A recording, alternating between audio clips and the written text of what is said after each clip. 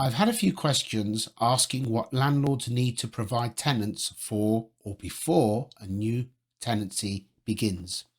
Obviously, in the first place, you need to provide them with an assured short hold tenancy. You can download one with the guidelines from the government website. If you are struggling to get hold of one, then drop me an email and I'll be happily send you a template for free. You need to provide a valid gas safety certificate. This must be done annually. And when the tenants are in place, ensure that you arrange to have this done in plenty of time. Do not let it expire at any time. You also need to provide the tenants details with the deposit protection scheme and how they would go about recovering their deposit at the end of the lease. You need to provide them with the government how to rent guide, which once again, if you search for it, you can download it and you can email that to them. That's fine. You need to provide them with an electrical installation condition report.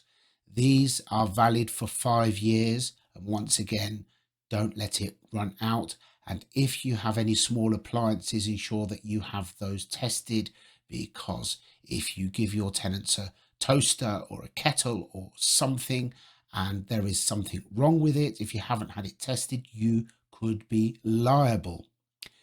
Also, you need to ensure that carbon monoxide detectors are tested and working and validated to be so on the day that the tenants move in. This is very, very important.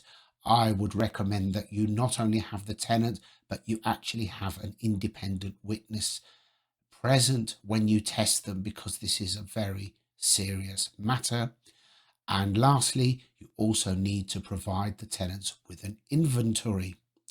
I would actually add a section to the lease with documents that you need to provide and write everything down as I have detailed it, and actually ask the tenant to sign, preferably to sign across it all, so that there can be no allegations at a later date that you hadn't provided something and had subsequently added it to the lease.